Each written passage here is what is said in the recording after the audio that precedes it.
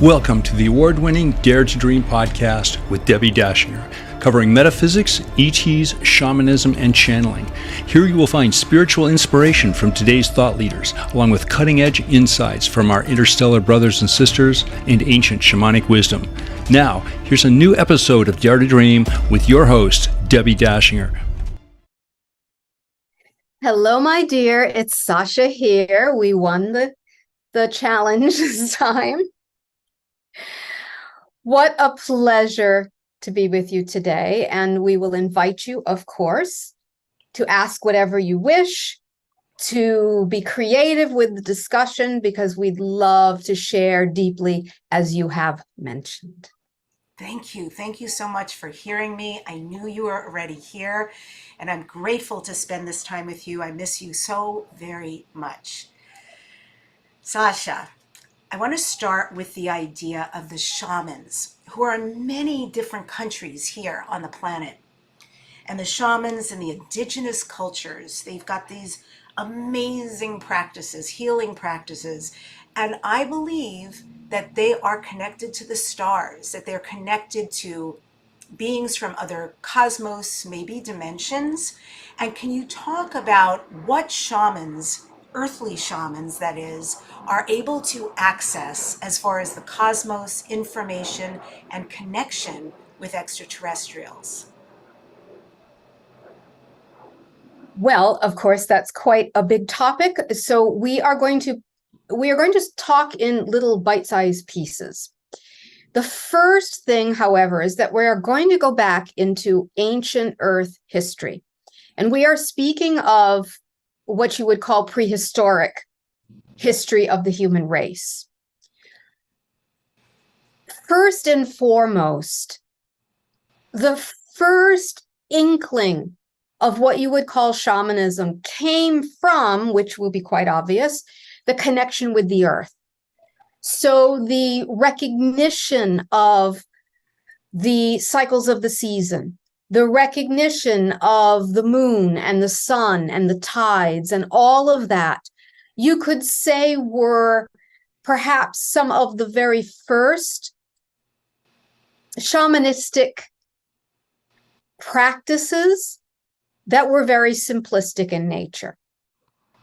Now, the reason we bring this up is because the point is we want you to know that inherently human beings are connected to the unseen worlds. They are connected to nature and the tides and the flows of nature. This is part of who you are as an extension of the earth in some ways. This is true of 99.99% of species that have an indigenous root on their world. So you have an indigenous root on your world, meaning that there was part of your people that were evolving through time mixed with different species on your world.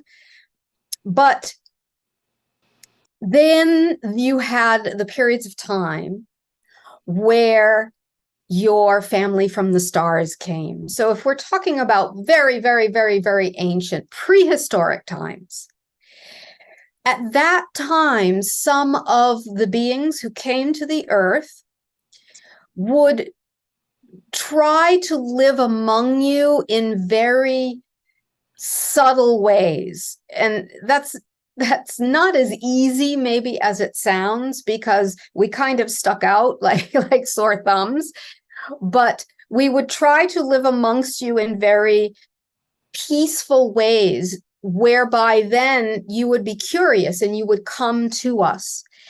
And then even though we could not share a language at that time, we were able through mimicking and demonstration, able to impart some of the uplifted shamanistic practices from what your people had already learned from nature itself. So this time period, of course, is very, very ancient, and we don't want to dwell too much here, but we want you to see that the relationship between humans and nature and extraterrestrials is a very ancient one. And you know, there are cave drawings on your planet of prehistoric people with UFOs or alien beings. So this is something that is actually natural to planets. If you look at it from the point of view of us as extraterrestrials, we consider it a sacred duty to visit and assist in non-harmful ways with the upliftment and the evolution of all species. Now, because evolution takes so long, this means that there are periods of time throughout prehistoric history where these visitations have happened. Okay, so we're going to fast forward now, and we're going to go to a more significant time. This would be a time period that we know you are well aware of because we have spoken to you about it before, but it is a time period that was approximately 13,000 years ago. This is a nexus point, if you will, in human evolution. To simplify the importance of this time period, we will simply say that evolution of consciousness mimics what you know on your planet to be seasons, meaning that there are time periods where consciousness is more asleep and you are more separated, even separated from nature. And there are periods of time that are more like spring and summer, where consciousness blooms and you once again feel the connection with nature. So if we go to this period 13,000 years ago, that is the time that marked the beginning of your, what you might call fall into winter cycle, or the beginnings of fall and winter cycle, where consciousness begins preparing for slumber in some ways. Now, from the point of view of extraterrestrials, when a planet goes into that period, we make ourselves available for, you might call it a final push. And we don't mean this in an aggressive way, but simply what we mean by that is that those who are awakened at that time, we work with intensively for thousands of years before you fall into the sleep cycle. And we give you knowledge and we help you to uplift your consciousness so that as your planet begins to go into a sleep cycle, then those seeds get planted within you. And the seeds, maybe you touch them here and there during the sleep cycle, but they start to blossom once again when you enter the spring and summer cycle, which is where you are now. So what does this have to do with shamanism? Our definition of shamanism might depend upon the period of time in which it's practiced. So if you look at what is known to be shamanism during times of awakening, shamanism is a natural expression of the connection to the earth and the cosmos, where you do not see or feel a separation between you, and therefore the universe, the cosmos, the earth, in a sense, channel through you, and you are one with them. Shamanism would be considered different in another part of the cycle. So during a sleep cycle, for example, when you are already feeling separated from the universe, the earth and the cosmos, and you begin to go into that more visceral human experience filled with its fears and its judgments and its polarization, shamanism is a practice that, for those who are open to it, can help you to remember your natural connection to the cosmos and to the earth. So in the last 13,000 years, then, the practices of shamanism were mostly for the purpose of helping you to remember who you are, helping you to continue to feel that connection with the earth and the cosmos so that your sleep does not get too deep, so to speak. Here we are now, 13,000 years ago from that time where you went to sleep, and now it is spring. And so many of you are reconnecting with your shamanistic roots, not because the practices themselves are the future, but because the practices themselves are a vehicle to help you remember who you are and help you become your natural selves, living with natural balance in the cosmos.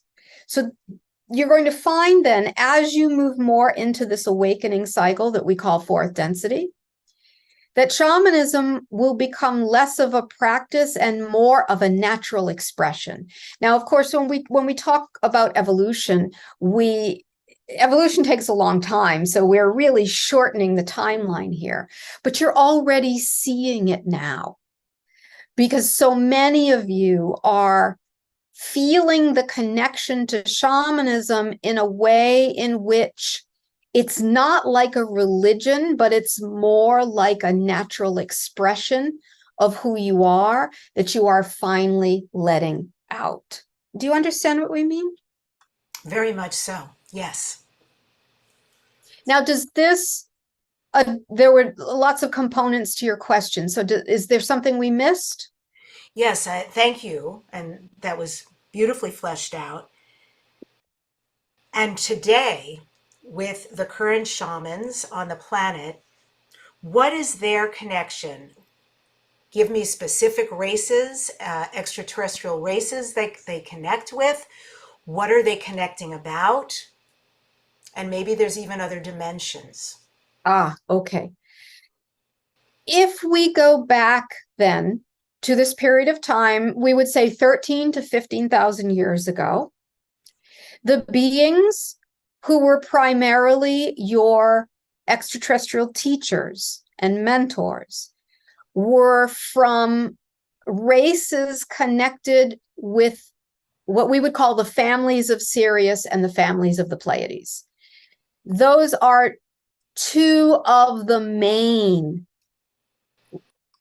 lineages, let's say, that have continued with your training, not just in a shamanistic way, but in training you to stay connected to your star lineages. Now, if we look at these two lineages of Pleiades and Sirius, those represent the more contemporary races of even older lineages, but we're not going to go into the older ones. So we're going to just package it into Pleiades and Sirius. You're going to find the Sirius beings, such as the being that you love so much, Hamon, represents the yang energy or the masculine energy. And the Pleiadian energy, perhaps represented by myself, represents more of the feminine energy. Because you live in a dualistic reality, the principles of male, female, dark and light and all of that are very importantly interwoven into your reality. So when we would do interactions with you in those ancient days, you would find schools maybe that were more Pleiadian in flavor, that were more feminine in expression, and schools that were more masculine in expression usually came from the Syrian lineages. But of course, we don't want to divide it. There's overlays and bleed-throughs. Today, now, those two lineages are awakening once again. And how they are showing up now in current time Let's look at the Pleiadian first. How the Pleiadian or the feminine star lineage is showing up in this period of time where you are awakening into spring once again is that it is working with the activation of the heart energy. The feminine energy of nurturing, of acceptance, of integration, of compassion. And of course, when we say those words, the first thought might be that we're talking about love and compassion for those out there. But we have to also say, as you well know, it has to do with the love and compassion for yourself. Because the last 13,000 years where you have lived as in a way that in which you've felt like separated fragments, abandoned by God and the universe, there has been a lot of self-judgment that you've heaped upon yourselves because somehow you were led to believe it's your fault that you were separated. There was not the understanding that it is just the cycles of evolution. And so that's one of the layers now the Pleiadian energy is working with you on, having to do with the healing of those old wounds of self-judgment and guilt, and learning love and compassion for yourself, which then flows out, of course, into your reality as well. And if we are to look at how the Syrian energy or the masculine energy is playing out or showing up in this time period now as you're entering the awakening cycle, is that you are being invited to develop a new relationship with how you move through reality, meaning third density or the old separation. You often moved through reality in a competitive, polarized, or controlling way. This is very much solar plexus energy. It's survival energy. You know, you say survival of the fittest and all of that. And you came to believe that that was what power was.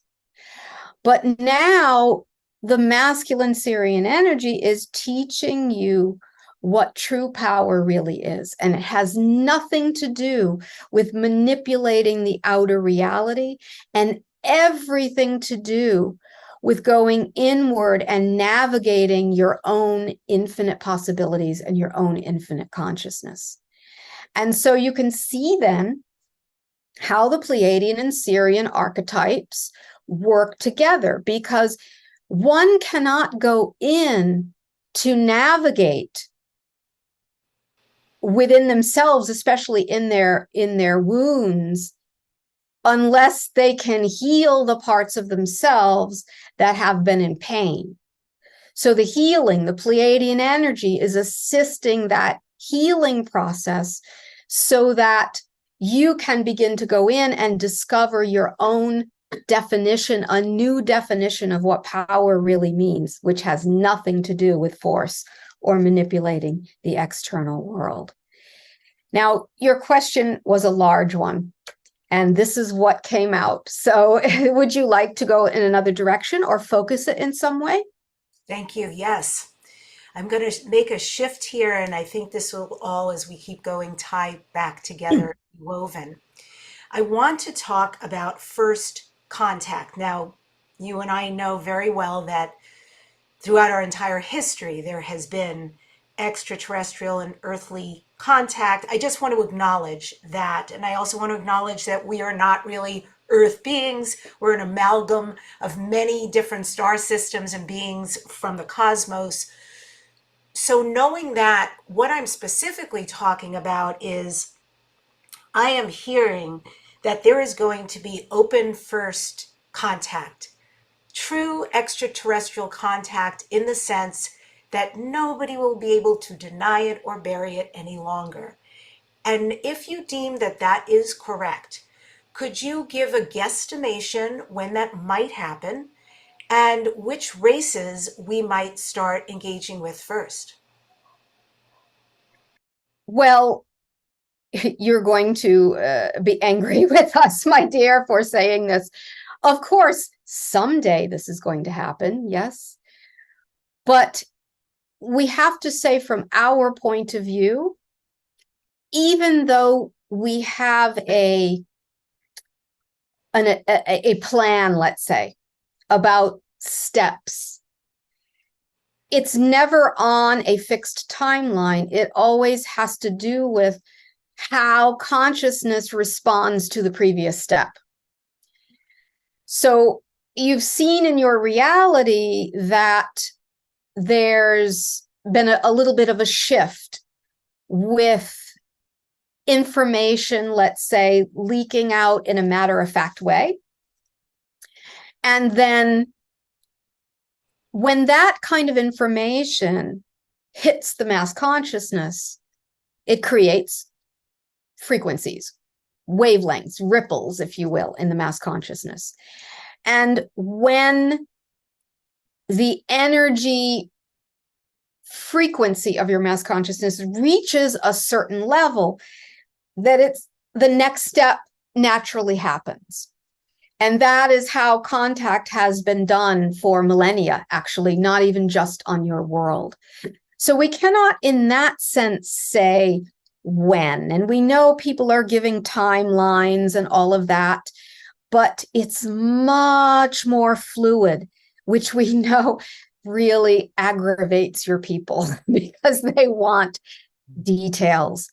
But since we have done this for millennia, with very many civilizations, we know what happens when it is rushed, and it cannot be rushed. So therefore, you might be asking, or your listeners might be asking, well, what can I do as an individual maybe to speed it up? We understand the spirit of the question. You can't necessarily speed it up, but you can assist in the flow. You can assist in the frequency through your own individual contact work, combined with the healing of whatever wounds have kept you stuck in this life. Those two items work together. Contact is not separate from that, but it has to do with a greater unfoldment on your world.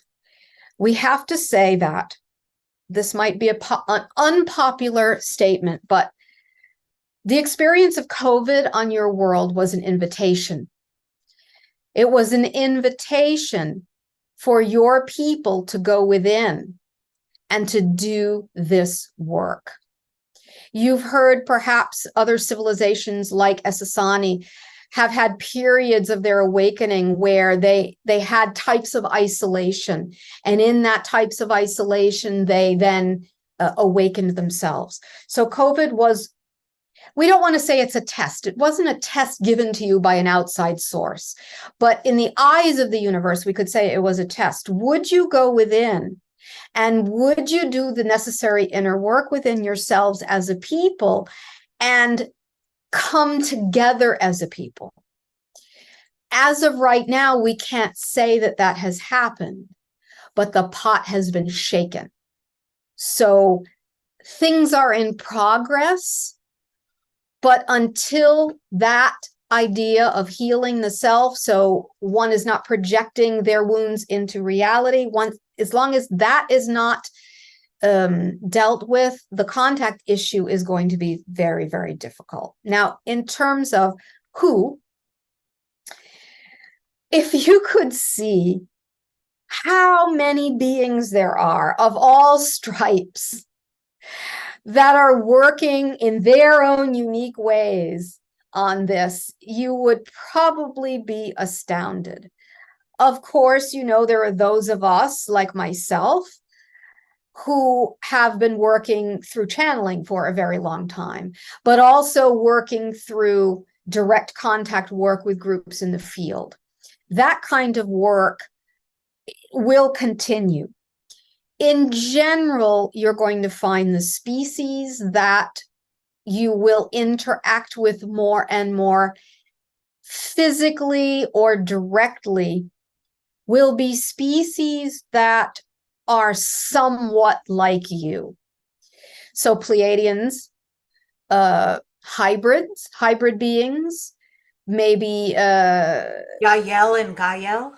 yes, the Yael, the Essassani, of course, and Syrian beings also, yes, though they're a little bit more in the background. The Pleiadians, we Pleiadians push to the front of the line, so to speak, but they are there too. But basically, it's going to be, as it has always been, species that have a connection to you, that somewhat look like you, and also because you will recognize their frequency literally in your DNA from the ancient days. Amazing. I'm so curious when you say about us working on ourselves. That seems actually to be the answer to so many things. It always comes back to self and cleaning, cleaning, cleaning. So in regards to the contact and being in a position, keeping up the contact work, but also working on our own wounds, it seems to me to be this incredible ongoing process. I'm somebody, I think I've done an enormous amount of work on self throughout my life, and I'm super grateful for the results. I'm also extremely conscious that there's still so much more, and more is revealed when it's revealed. How healed do we actually need to be for this to open up for us? Let us be really clear about this. You do not have to be squeaky clean. You do not have to be perfect, because it might be a shocker, but any of us in a body still have things we're working on. So it has more to do with what wounds stop you from expressing your true self, or what wounds keep you wanting to create separation from those around you through division, etc. Those are the core wounds that will slow down the contact process.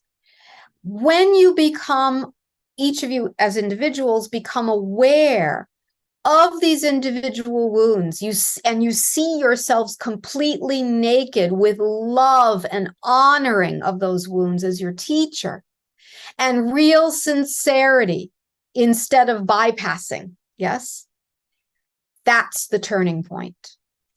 And now we take the full circle and we go back to shamanism, because shamanism is helping you get to those core wounds so that you can see them. That's where the connection is between shamanism and contact. That is so true. Wow. I have found the shamanistic practice to be mind-blowing in a way, in its simplicity of practice and in its enormity of the return of investment, of looking at oneself or giving oneself to a practitioner, a shaman, to have work on you, or when I work on somebody.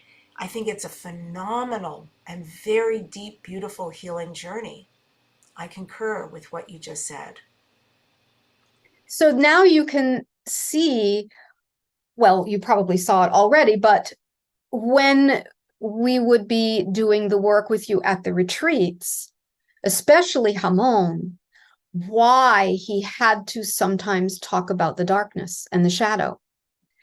It was his way of activating that alchemical energy of the dark and light within you, so you could begin this process of healing within yourself, which then brings you to the next phase of contact. Sasha, are there any ET races that you're aware of that are shamanic in nature or practice? This will surprise you, my dear. Most of us are. But when we come to you and communicate, we, at least as you have been in the last 13,000 years, or we could say even in the last 100 years, very focused on the mind. So right now, many of us give you information to stimulate your minds, and we slip in the shamanistic practices. But that is actually not who we are. We are more shamanistic in our natural selves and less mental.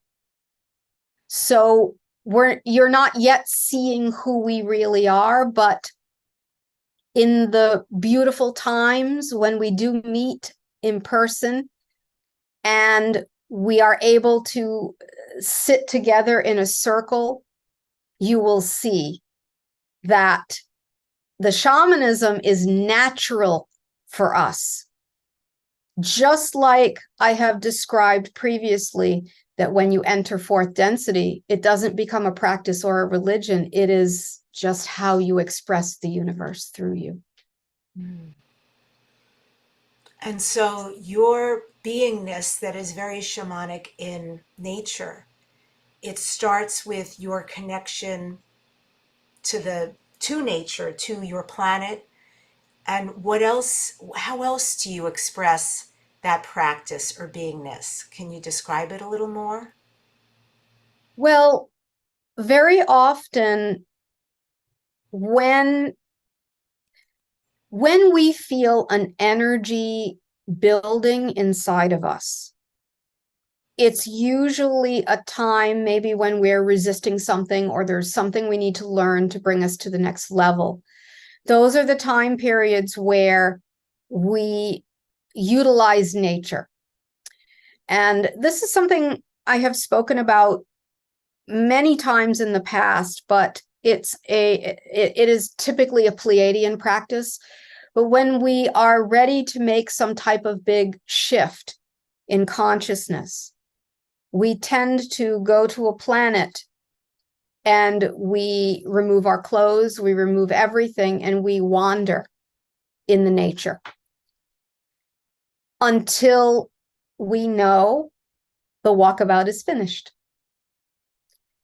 And that walkabout brings about the integration that we needed at that time for the next level.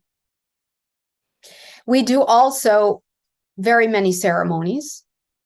We have tried sometimes in workshops to simulate some of those ceremonies with you. But of course, the simulation is never as impactful as the real-time experience, but we're bringing it in little by little. So that's an example for us. It is, nature is the place, if you will, where your nakedness is needed. For us to walk in nature without nakedness is shutting off the flow of energy. And when I say nakedness, the physical nakedness is symbolic. It's the inner nakedness that we are speaking about. So when you go into nature, you have to be naked in that way. And we choose to do it both physically as a symbol and energetically as well. Mm-hmm. It's very moving. I want to talk a little bit about time travel and practical applications. So in your civilization, your Pleiadian civilization currently, do you use time travel for historical research or exploration? How do you utilize it? For what? This is a very challenging question because the language in which we are speaking is grounded to gravity and to a time continuum.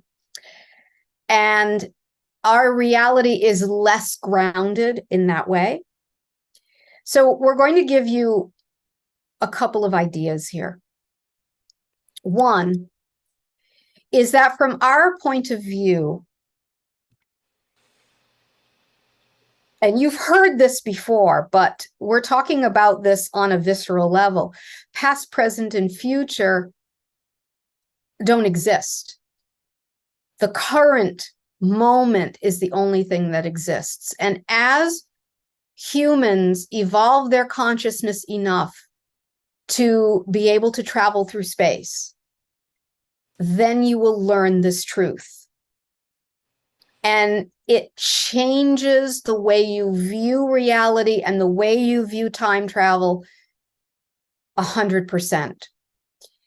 So the question then is, how do we have any interest in it? There are people in our civilization who are historians, just like you have. And those are primarily the people that might, you would say, formally do time travel. But while humans might think of it as this exciting thing that you have in science fiction movies, from our point of view, it's as exciting as going to the convenience store. Meaning that it's an option, but when the mind isn't driving you in reality, then the motivation for that is not there in the same way.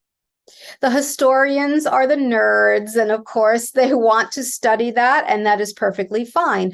But then the question becomes, if all time is now, and there are infinite possibilities, what timeline are you going to explore? Because every historical event will have a timeline with a slight change to it.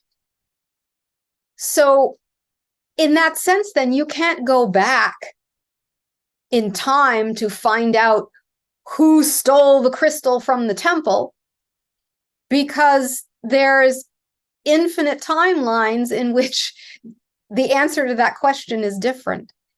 This is why in our reality, we don't pursue those types of thought lines, because our minds don't operate that way anymore in a fixed way. You instead have a recognition of all options, all realities being one, and the one you need to connect with is the one that you connect with in an organic way. It happens through you, and it gives you a gift to you, and that's how we see it. Does this make sense, my dear? It does. Absolutely, it does. And I'm also trying to wrap my brain around what it's like to be you without separation from different dimensions and multidimensionality and different timelines. It's a lot to conceive. I can conceive of it intellectually, but experientially, to understand that I'm here right now, in this moment, I am with you 100%. And what if the doorbell rang and I made a different choice, or I chose to stay with you? Well, two different timelines were just created. And that's a really minute example, but in every moment we're creating choice, choice, choice. And how does one understand that there's a me over here, there's a me right here, there's a me over there, and where they all end up? Do they have synchronicity or synergy together? And how do you manage all of that information or idea? It matters not to us, because when you are worrying about what's happening on all the other timelines, then you are not here. When you are here, here is all that exists in the now, and you flow from one to another. Let's try to make it less complicated. Maybe that won't happen, but think of it as frequency and flow. Even though the universe is open to us, dimensions and all of that, there are frequencies in which we're not compatible, so we're not pulled there. So it's not like it's a smorgasbord that we can go in and have anything on any dimension. It's all frequency. It's all flow. And actually, that's what your reality is too, as well in this life. But you have so many distractions that you don't see that yet. So if it's frequency and if it's flow, then you are always moving toward the frequency that is compatible to you in any given moment. So if we're sitting here talking with you right now and the doorbell rings, yes, there's a Debbi that goes and answers the door, and there's a Debbi that ignores it. Which Debbi are you going to be? It's not the revealing of that, which Debbi is it, is not going to come by you thinking about it. It's actually going to come by what you organically do in the moment. You'll either organically get up and answer the door, or you will organically stay here. And that's what we mean by frequency. When humankind stops thinking so much in the way you've become accustomed to think, you are going to have brought your energy, your consciousness in a consolidated, integrated way into your field in the here and now. And it is a totally different way to experience reality. Do shamans experience time travel? Do they go to other timelines? Are you speaking of shamans, human shamans, or? Yes, thank you. Human shamans, yes. Well, it has to be different for each shaman. At least in an overall sense on your world, in third density, where you've been the last 13,000 years, in frequency, most of that type of time travel has been done through consciousness. There have been instances where shamans have, in a sense, gone through dimensional doorways and things such as that. It's really different depending on the person, their practice. If they have any wounds that are anchoring them, it's the same issue with contact. Can you connect with the entity known as Mother Earth, Madre Tierra, or Pachamama? And if you can connect with her, the Great Mother, what messages does the Great Mother have for us? What don't we know?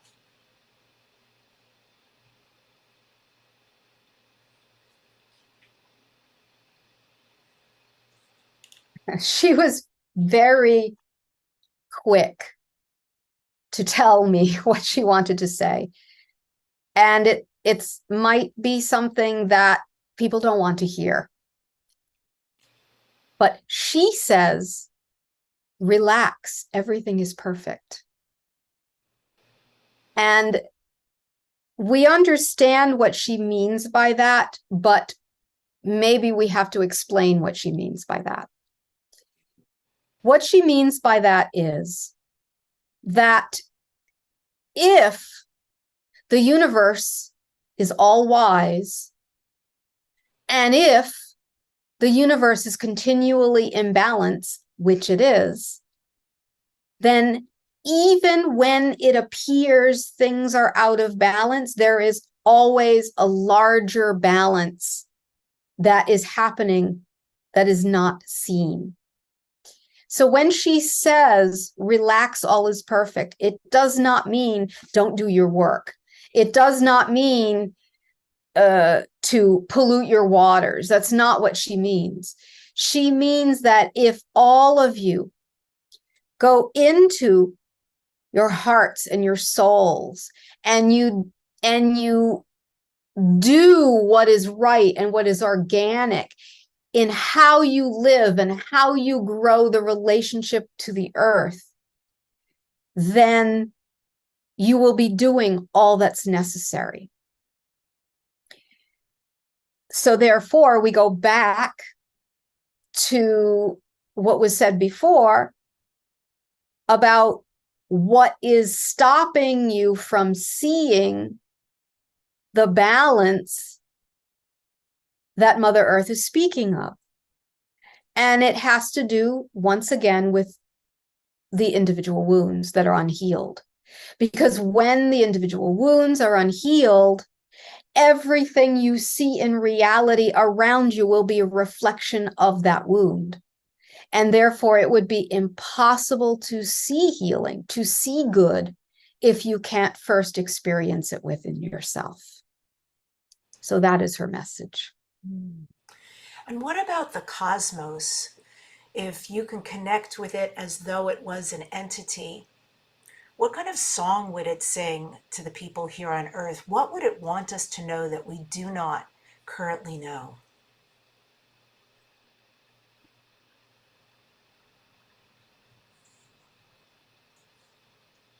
We sense laughter, and it is not meant with disrespect.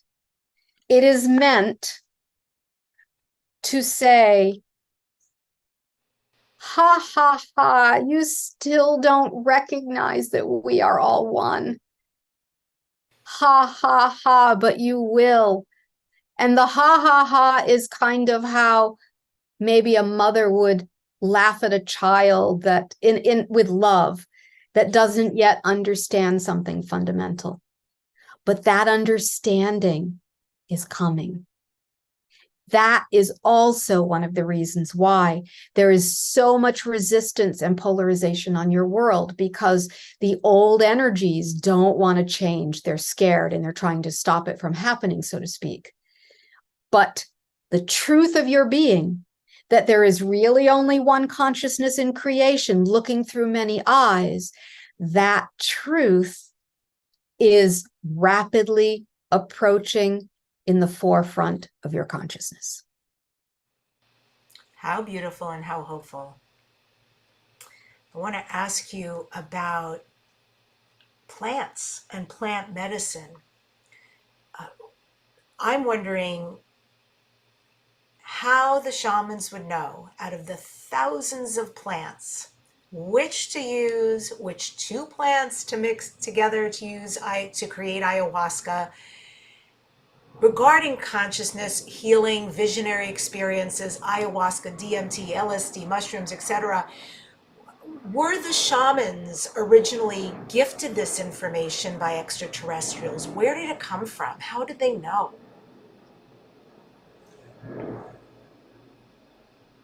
We would say that ancient days, prehistoric days, it was a lot of trial and error, such as, oh, this mushroom looks delicious, and then you eat it and you have a trip. Yes. So, or you eat it and you die if it's a poisonous mushroom. So a lot of that in the very ancient days was trial and error. However, depending upon the period of time in your evolution, those periods of time when the extraterrestrials were here and they were mentoring you, some of that wisdom was refined, let's say, where more information was given, mixtures were given, etc. However, sad to say, sometimes recipes were not remembered through time. So you had to go back to trial and error again. However, we do have to say, and perhaps you've heard us say this before, that the sacred plant medicine is really only meant to use during temporary periods. It's usually used during temporary periods of transition, when you are going through, when you're trying to, in a sense, break through to get to another level of consciousness. When you get to a point, for example, fourth density beings in my reality rarely use those types of plants because we can already do it on our own. So there's no need to. So it is a tool that is very useful. And depending upon the period of time in history, there's an overall reason for it. Right now, the reason is the healing of the wounds. But there have been other times in history where it wasn't used for that. It was used to remember yourself as the one, for example. I don't know if you can feel me. I want to riff off of what you just said, since you can naturally achieve these states. I recently, for the very first time, experimented with ketamine, something I've been fascinated with, and very grateful that I did it. And my experience was transcendent. I don't know that I have English words, language words to articulate what it was like. For those 40 minutes, when I reflect back on it, I feel like I was pure consciousness, pure awareness. I had no sense of body or what was breathing this body or being in a body. And I do recollect moments of seeing just the most phenomenal sacred geometry and things unfolding. I just don't know how to express what it was. Do you have any sense, when I talk to you about it, of connecting with me, what that experience is and how you might typify it? Yes, the description was very good, but also we could feel you and kind of sense your memories of the experience. And it's kind of funny that you will ask how to put words to it when it's a kind of experience that you really can't put words to. But simply we would say it was offering you another level to an experiential opportunity to know who you are beyond the physical.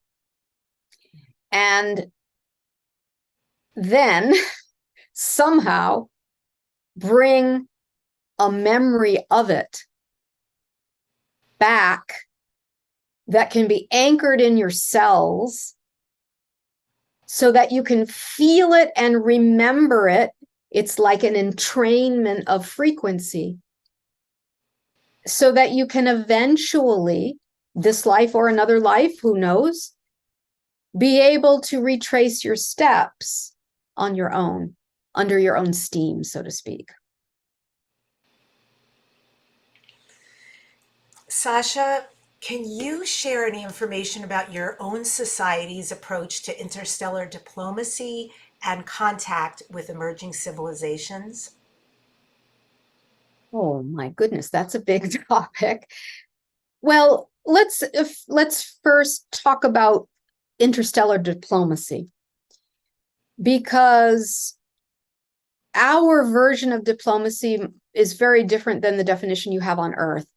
The definition on Earth usually has to do with two differing civilizations and their conflicts and how to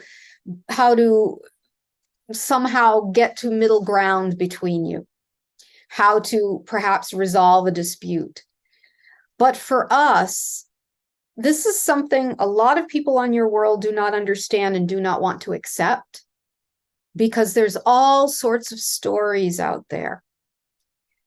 But interstellar species, to be an interstellar species, you have to have a certain level of consciousness in order to be able to live and sustain reality outside the gravitational field of a planet. And that means there's not ET pirates and negatives running around making war. That's not how it is in our reality. That is a projection of understanding by where you are on Earth now. But even that will eventually dissolve when you see the truth of yourself and then apply it to the universe. Therefore, for diplomacy, our version of diplomacy would be more akin to, that species over there is more different than us. It's so exciting. Let's connect and learn from each other. So to us, that is diplomacy. And there are some beings maybe that are like hermits and don't want to mix. And that's okay. We let them be. There are other beings that can't wait to enter the galactic community, and we assist them and help them get to a point where they shift their consciousness enough to make that possible. That's what we are working with you now.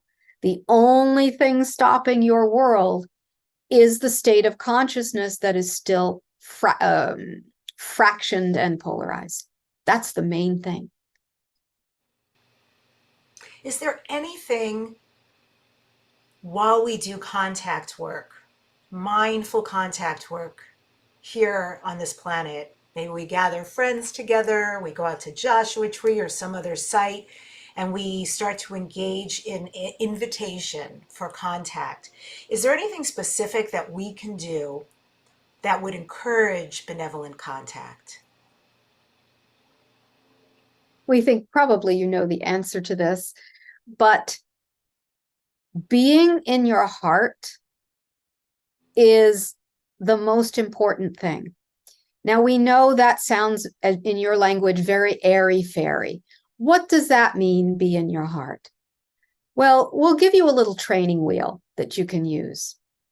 When you're out sitting there with your friends under the desert sky, think of a time in your life where you felt so loved. It could be as a baby, being held by your mom. It could be when your dog looks up at you with those beautiful eyes.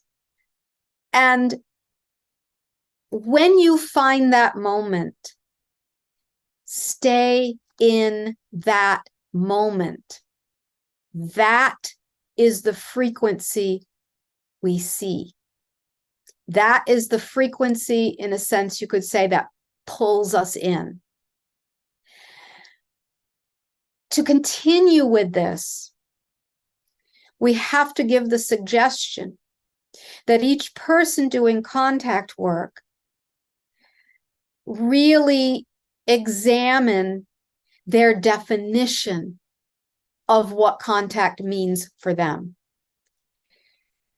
Because sometimes the definition might be, we don't mean any disrespect when we say this, but the definition might be more egoic, meaning, I want to see the ship. I want to shake their hands. I. The ego wants it so that the ego can then believe. But the irony is the ego will never believe. So there's another part of you then that has to be the one driving the contact. So once again, we go back to the idea of know thyself, know your wounds, know your motivations.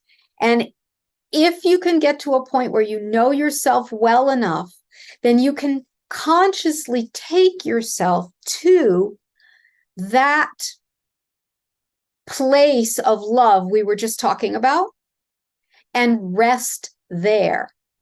And then allow the contact to naturally develop from there, because the human ego will always think it has to do something, when in reality, it has to stop doing and be naked and open and allowing for the experience. And it's a process. So you cannot rush it. So why not enjoy it? Be there in the love.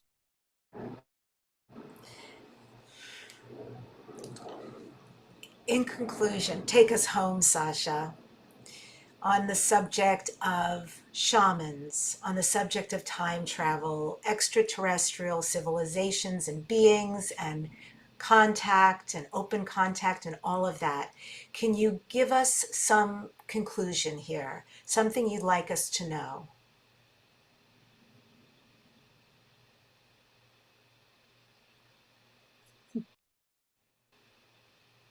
Thank you for the invitation. It is often very difficult for us to choose one thing. So we're going to choose the most important thing in our eyes, that we hinted at before. And we want you to remember, even if you can't remember with your mind, you can remember with your consciousness. Remember back far, far, far as you can go, when there was only one consciousness. And that one consciousness had no eyes, no arms, no legs. It simply was just one. And in order to enrich itself and to have experience, it, you could say, created the illusion of fragmentation, or created multitudes of eyes and hands and legs so that it could experience creation in all its possibilities. And remember that even when you are in this body, with the eyes of the universe and the hands of the universe, that one consciousness has not gone away. It is still the consciousness that is seeing reality through your eyes. And if you can remember that and hold that wisdom within you, you will feel the great love of your being. And you will know the truth beyond the mind. And this alone can transform a planet. This is what we are assisting you with now, and many, many other beings are assisting you as well.